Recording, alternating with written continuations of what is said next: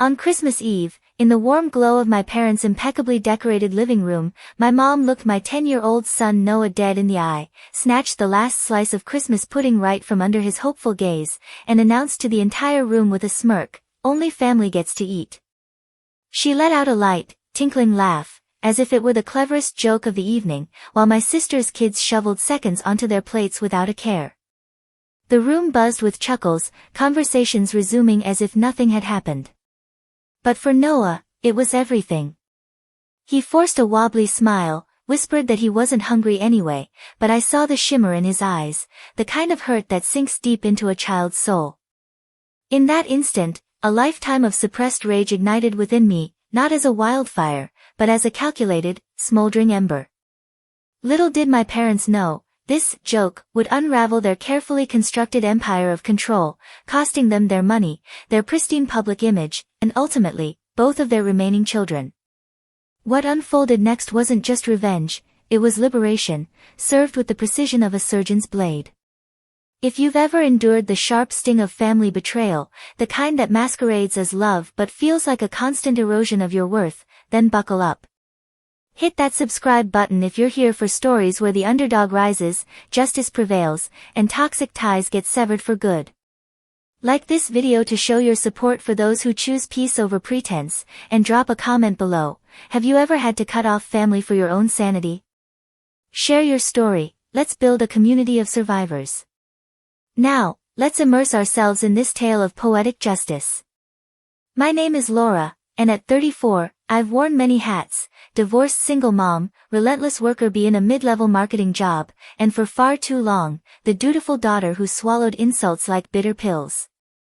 Our family home in suburban Chicago was a picture of upper-middle-class perfection: manicured lawn, holiday lights strung with military precision, and inside, a sprawling living room that could host gatherings straight out of a Hallmark card.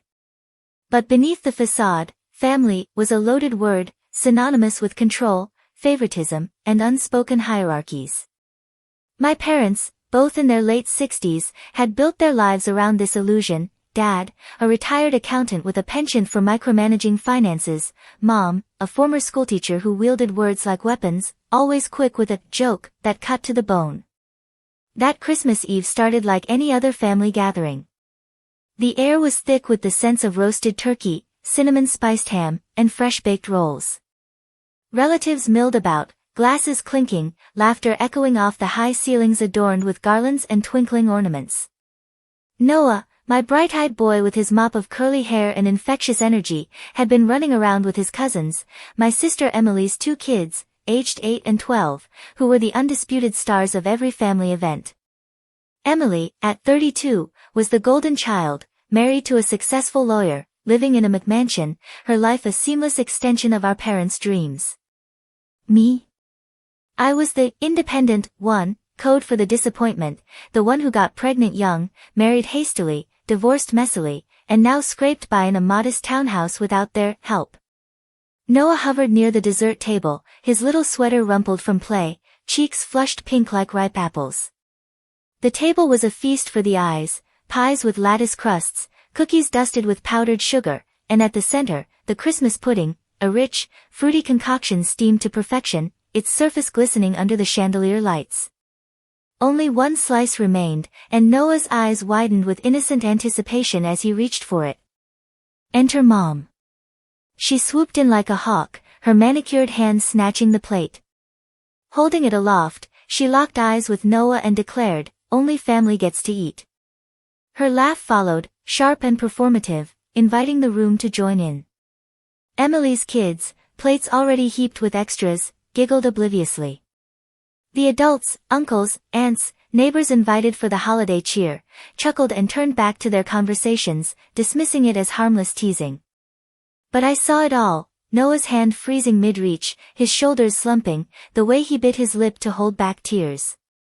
He whispered to me, "I'm not hungry anyway, Mom," his voice barely audible over the din, but his eyes betrayed him, shiny, wounded, questioning his place in this world we called family. My heart pounded in my chest, a mix of maternal fury and long-buried resentment. Blood rushed to my ears, drowning out the holiday chatter. How many times had I endured similar slights? The backhanded compliments about my choices, the favoritism showered on Emily while I was left to fend for myself. But this was directed at my child, the one pure thing in my life. Something snapped, not with a bang, but with a quiet resolve. I didn't yell or cause a scene that would have played into their narrative of me as the emotional one. Instead, I inhaled deeply, the scent of pine and sugar cloying now, and walked over to Noah. "Grab your coat, sweetie," I said evenly, my voice steady despite the storm inside. "We've got everything we need at home." As we bundled up, Mom's voice pierced the air. "Laura, where on earth are you going? The night's just getting started." Her tone was laced with confusion and a hint of annoyance, as if our departure was an inconvenient plot twist in her perfect evening.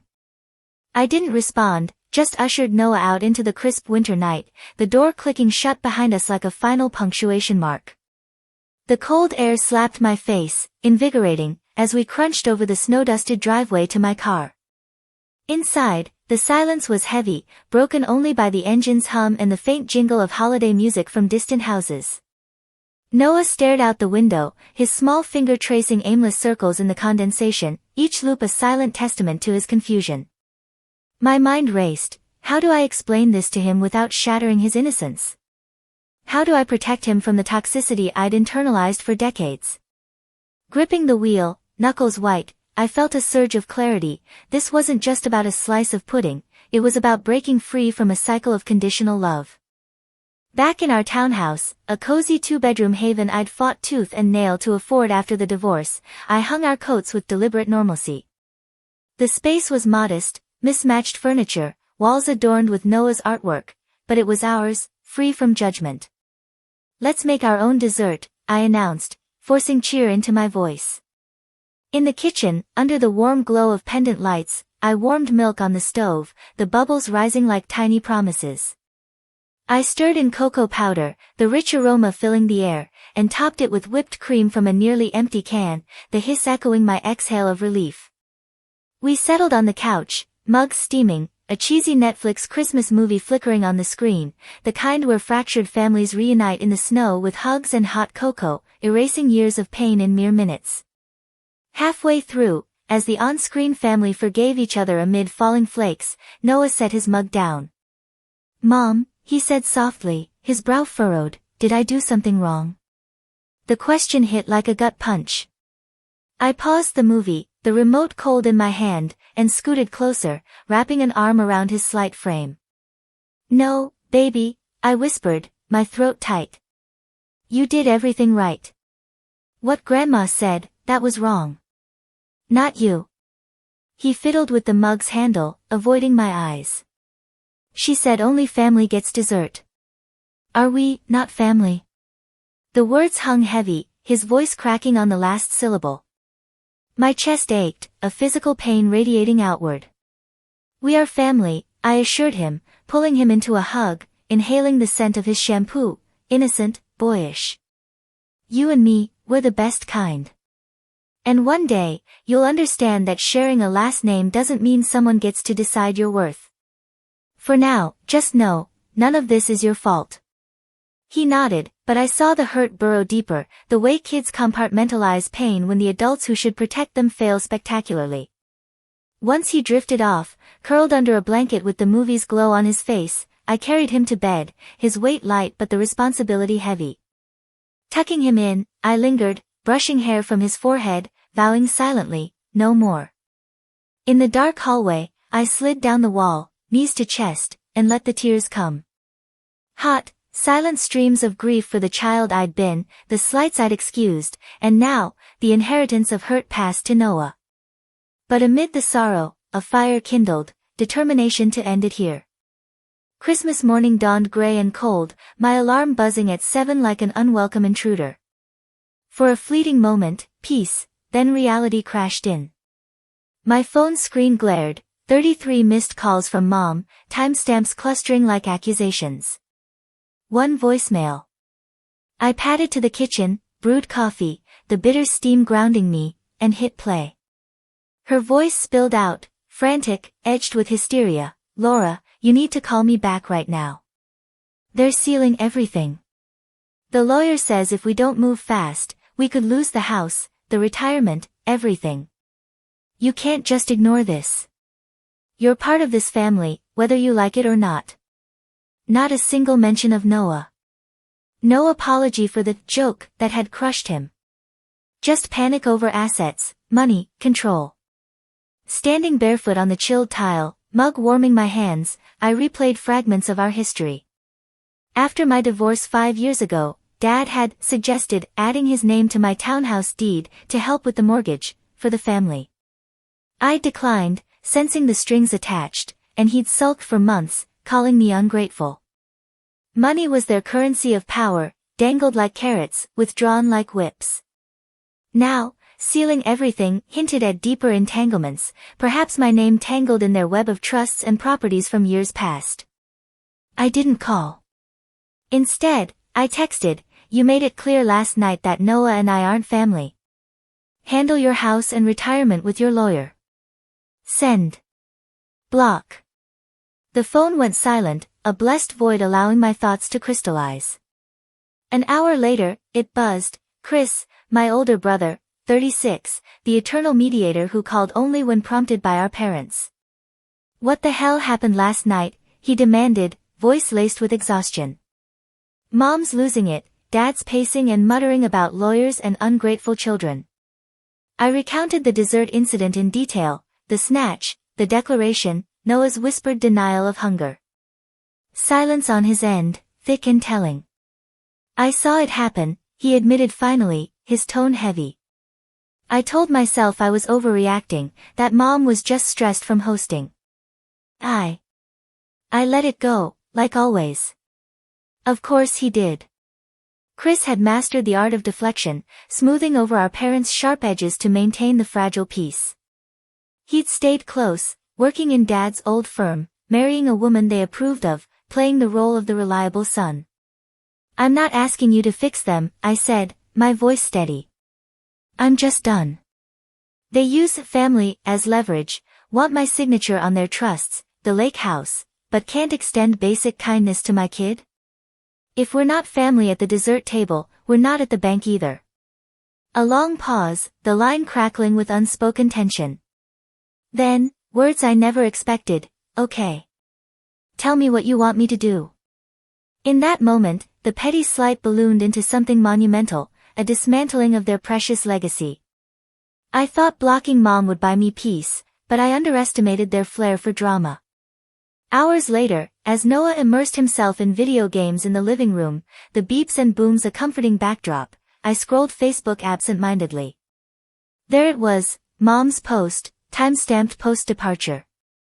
The living room aglow, trees sparkling, Emily and her kids in matching pajamas, beaming like a catalog family. Caption, "Feeling so blessed for family this year. Nothing matters more." Zooming in, I searched for us, gone, angled out as if we'd never been there. My stomach twisted, bile rising. They'd literally erased us from their narrative. Notifications pinged, a text from Emily, "Why'd you bail last night? Mom said Noah was being difficult." My fingers flew, "You saw what happened. She told him only family gets dessert and gave your kid seconds while he stood there hurt." Dots danced, vanished, reappeared. Her reply, "You're being dramatic. It was a joke. You know how Mom is. Can't blow up the whole family over one awkward comment." To Emily, it was always isolated incidents, never the pattern. As the favorite, she'd been shielded, rescued from mistakes, bragged about. I was the cautionary tale, the too independent one who didn't need saving. I didn't engage further. If it was a joke, it was at my son's expense. I'm done letting them laugh. Phone down, I retrieved an old notebook from the kitchen drawer, faded cover, pages filled with grocery lists and abandoned resolutions. On a fresh sheet, I dated it and began listing every slight, every manipulation. The time they skipped Noah's 8th birthday for a lake house weekend with Emily's family, claiming scheduling conflicts.